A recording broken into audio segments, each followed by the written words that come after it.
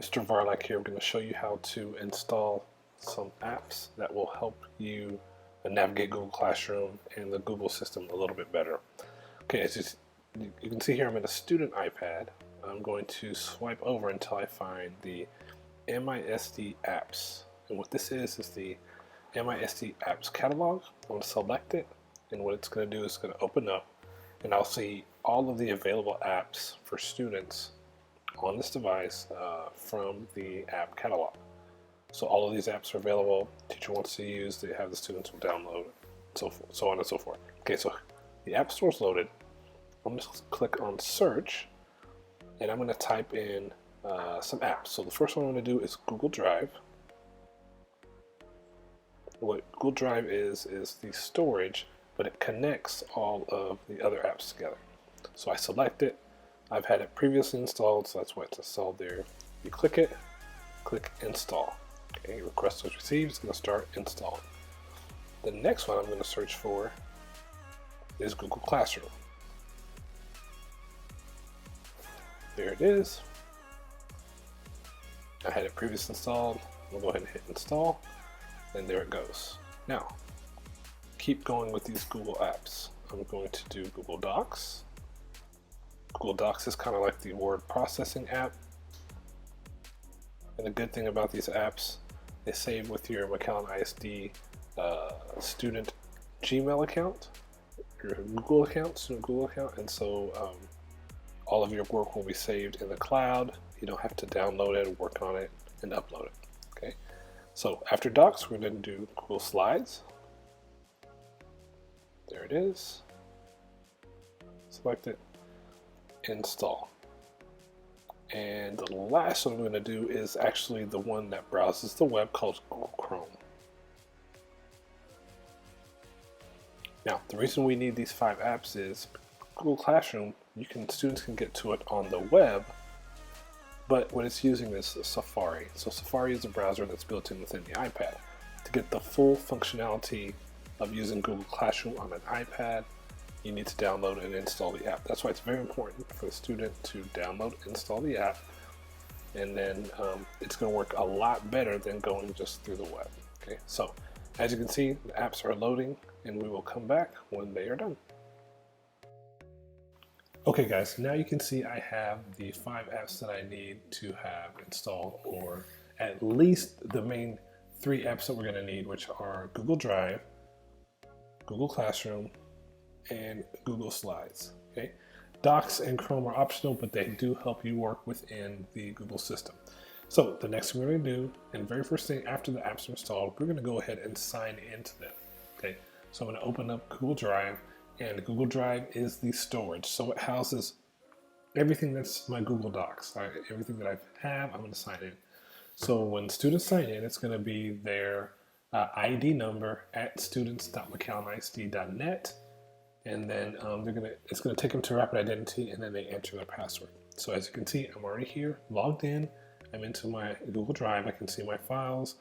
I can see folders and things like that that are here on my Google Drive. Okay, when I close that, the next thing I'm going to do is I'm going to open Classroom. And just so you know, when you open Classroom, if you've already signed into your Google Drive, the only thing it's going to do is just double check that it's your account that's signing in. So it's going to ask me which account to pick. I'm going to select my account, and then it's going to load all of my Google Classrooms. Okay, I'm going to go ahead and turn on notifications. That way, when a teacher creates a new assignment, I will see it here on my iPad as a notification. Okay, give me a second, and it's going to load every single Google Classroom that I'm a part of. And with the plus sign that's down here on the bottom right, I can go ahead and join another class with that. So we'll give it just a second. All of my classrooms will load. And there you can see I've got my Google Classrooms. Okay. Now, if I need to add a class, all I do is I hit the plus sign, and it's going to give me either join class, which the student ends are going to see. They're going to see join a class, and all they need is the class code. So they get the class code, they enter it there, and they're going to be able to join the class. Okay. Okay. Once I have joined the class, then I can go through and see my list of classes. Okay. So whatever class I'm a part of, I can go in and I can click. And now I'm going to be able to see 3 streams. Now you'll be able to see the teacher end from mine as I have a test class. Okay, so here's the test class. I'm gonna go ahead and dismiss that. Okay, so as you can see, this is the teachers in. This is the stream. I have the classwork section over here, and then I have people. So these are the people that will or have been assigned or have added a code and are now in my class. Okay, the classwork section is where we're going to see where most of the work happens. Okay, so the teacher assigns classwork.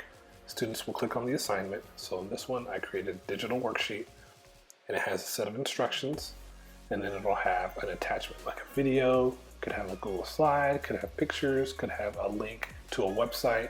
All of that can be included in an assignment. And for the students to take care of it, they just click on the attachment.